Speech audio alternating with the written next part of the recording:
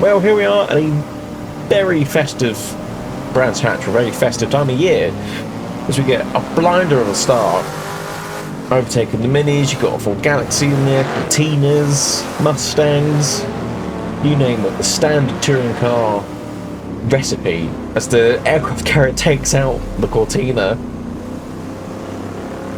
and the Mustang there gets all out of shape, so we make it through somehow the Graham Hill Bend unscathed. But yes, this was the classic Boxing Day Brands Hatch event that would take place from sort of the mid-50s to the mid-60s. This one, we're basing it on the 65 edition because it was postponed due to snow until the 31st of January the following year. But I don't believe 1965 was the only year where snow played a part. As we get back past the Minis, he's much better in the corners, but we're much better in the straights.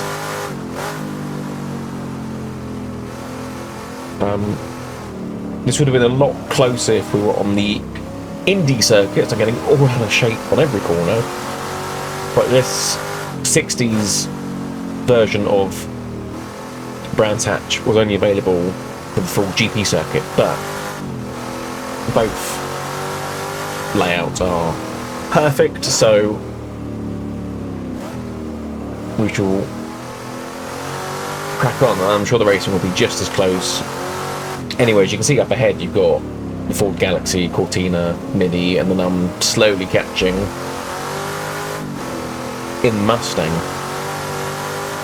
But the Boxing Day events at Brands Hatch would be legendary, really. You'd get quite the eclectic mix of machinery from all the British teams, and a load of British drivers would also turn up as well. Formula 1 drivers, you know, Jim Clark, Stelling Moss, Graham Hill. You know, they would have to go in their own machinery, let alone you'd see them driving Cortinas.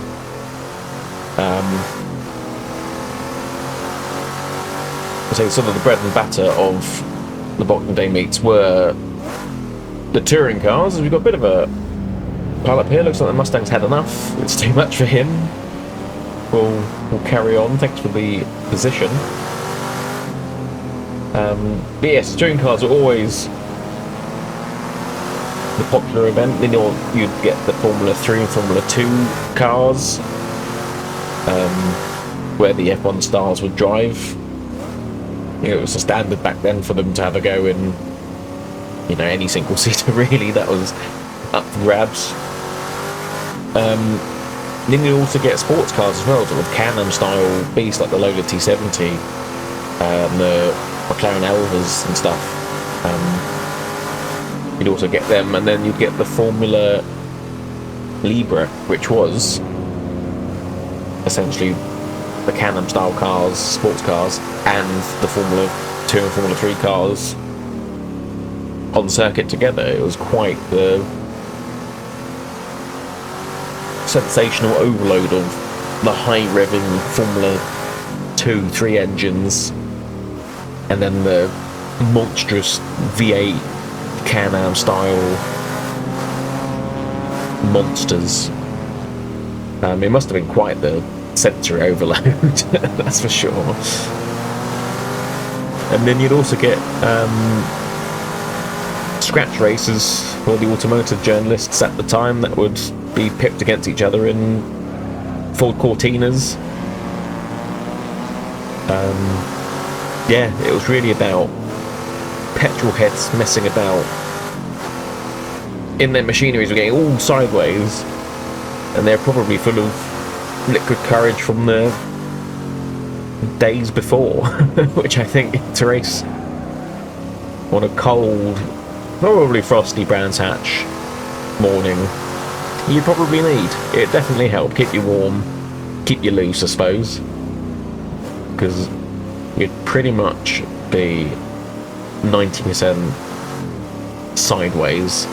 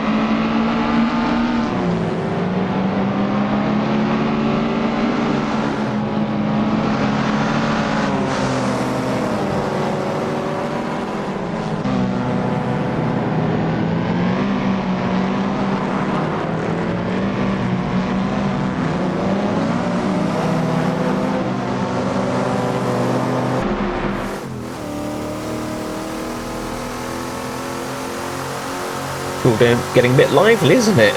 Goodness me. Trying to keep it in a straight line is hard enough, let alone having cars trying to push your rear quarters. Yes, Brands Hatch sort of hosted these events from, I believe the first one was in 1954, with the usual mix of touring cars, formula cars, sports cars, and then it was sort of on and off until sort of the late 60s. 1967, I believe, was the last time it hosted the Boxing Day race. I don't think many other circuits did. I know Mallory Park did back then during that era. I think they still do now. Is it the Plum Pudding meeting that they do? Which again, it's the same style. You have touring car races, you have race 1, and then the format for race 2 is the reversed results of race 1. And then also they have bikes as well. So it's good that there's at least one circuit. Is it tradition that it happened for a bit in the 50s and 60s? I mean, if Brands Hatch was still doing it today, I'd definitely persuade the various family members to come stand at a cold racetrack. I mean, I'd love it. I'll make them love it. But yes, I don't think anyone else did it, but then I suppose you're kind of stretching the amount of British drivers and teams if you hosted a couple of Boxing Day events across the country.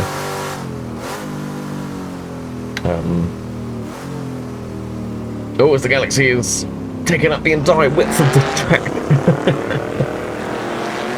So he somehow got that stopped. No idea how to go to the back of him.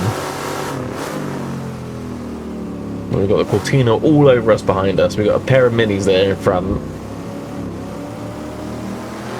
The land boat full Galaxy in front of us. There's 3 minis, isn't it? Try and work our way past. Or I have noticed that the animation for the gear changes isn't working, nor my wipers, which so far hasn't been an issue. I don't know, I just haven't mapped. Oh, goodness me. I'm on the grass. I panicked and looked behind. I'm on the grass still. I need something that isn't a white car in front of me. Right, the red Mini. No, I still can't.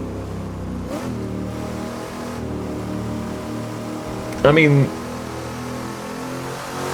the rain effect looks great, but I've had enough of looking at it now. Somehow, I'm still on the circuit. I don't understand. I've cut that corner, but that's fine. That's touring car line. Right, we're clearing up. Goodness me.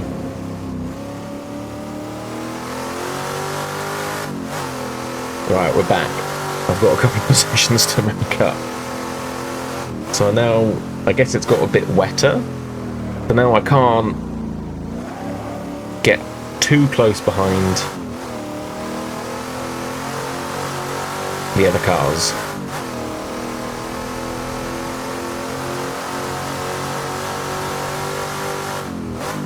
I mean, I'm struggling to find the edge of the circuit, let alone just follow another car.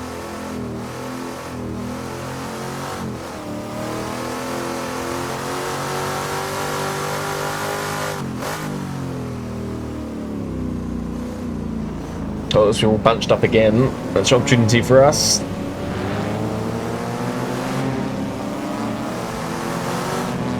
As we go down,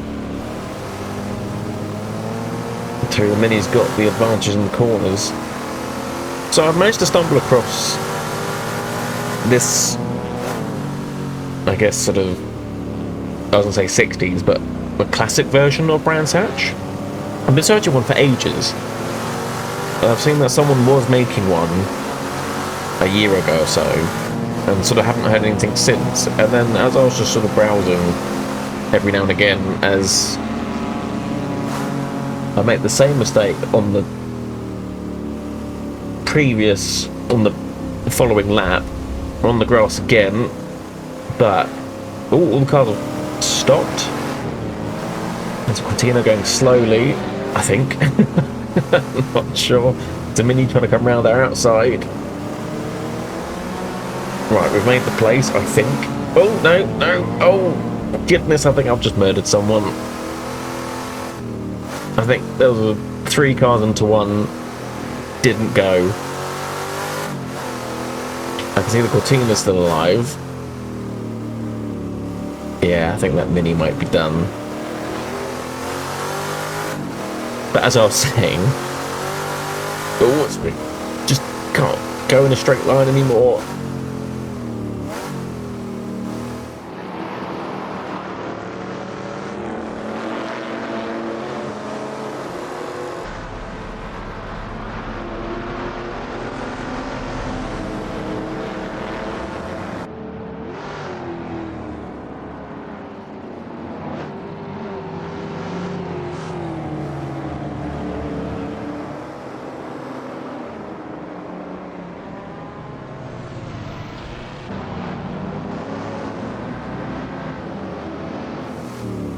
Yeah, so I found this classic version of Brands Hatch where the most notable difference is Graham Hill bend here, rather than sort of carrying straight and being a much, almost a 90-degree left-hander. It sort of follows the curve of the arm cone. But I've been looking at one for ages, and it just suddenly sort of appeared. It only has the GP layout at the moment. And I put this snow skin over the top, so if you'd like this snowy skin, obviously you're going to need the pure weather thing, whatever it is, to get the snow, but the actual texture of the trees and the grass and everything, that should be in the description to download if you'd like to race also in a snowy layout. And I'll put the link to the track as well, because I think a load of people are looking for a classic Brands Hatch. I think most of us are quite surprised that there isn't one, as we actually go off the circuit because of a mistake for the first time, rather than being blinded. So I think we're about halfway through now. Couldn't really tell you what position we're in. And one thing about the circuit is that if you clip the curb at a certain point at the bottom of Paddock Hill, so the suspension on your car goes a bit funny and it launches you across the map. But other than that, it's a fairly good, more or less we're getting just sideways all the time now. We've still got the Cortina behind us. Oh, we've got a Mini off that slowed that Mustang down, so we should try and capitalise on that, hopefully.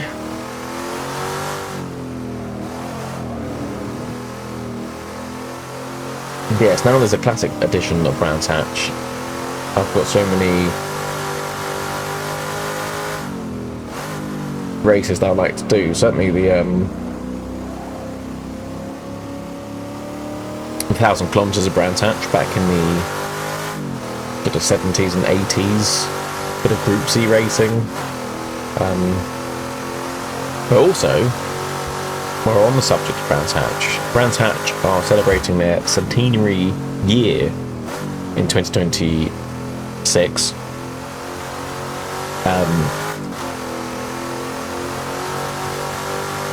And I think recently I did some to celebrate the 75 years of it being a permanent racetrack. and obviously they're celebrating it from being the when they raced motorbikes on sort of grass and mud when it first started. So you'll see a lot more Brands Hatch related content for next year, as well as some exciting series that I've got lined up. I've been a bit quiet this year, but I've worked out what I'd like to do with the channel and where I need to start, so look out for some more content next year. If you're enjoying it, do let me know. If you'd like to see more, do subscribe as well. It's always helpful. And yeah, I'd just like to see where this channel goes, really. I have some ideas of what I'd like to do. Certainly try and replicate some racing series from throughout the years. I just have a bit of fun with it, really. Maybe do some online events as well. I do mostly do single player. I do enjoy a bit of single player. I do get along with the AI in Assetto Corsa most of the time. Obviously, Automobilista had that DLC come out this year. Race Room, we've got some more DLC coming out this year as well. So there's plenty for all of us sim racers to be getting on with.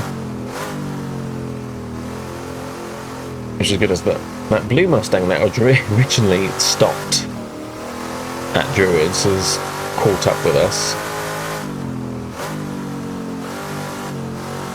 Oh, as I say caught up with us, we've been tagged.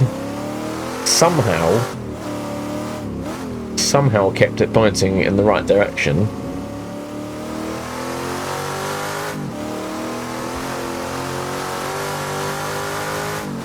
As we sort of find ourselves in a bit of an empty space. So I'm not really sure what position I'm in at the moment. Again, as we're struggling to keep it a straight line across the start finish, which isn't such a straight line, but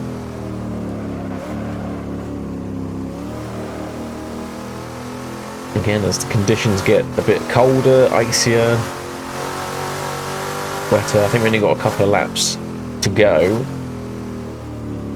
Oh, as we get hit again. Now I can't tell if he's a lap down or not. If he got going again, or we had a much better line through Graham Hill. Can't keep it in a straight line for the Cooper Straight, and he's done a Dick Dastardly, and he's sprayed a load of icy slush over our windscreen.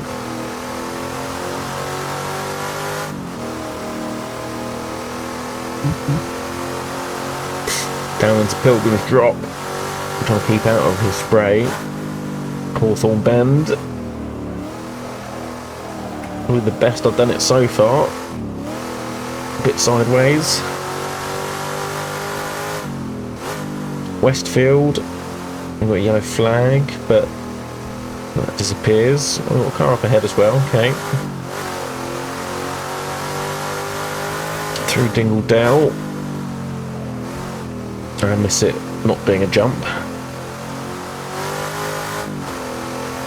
Through to Sterling's.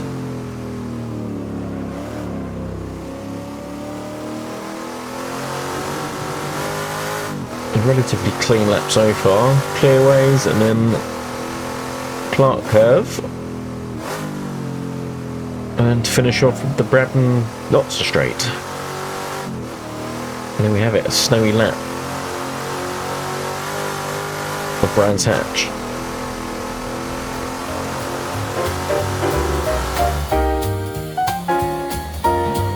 Well, there we have it. A 5th place overall. I think that's pretty well deserved. I hope you enjoyed the race. I certainly did. However you celebrate this time of year, may it be merry, full of love, and it be peaceful. Take care. I'll catch you next time.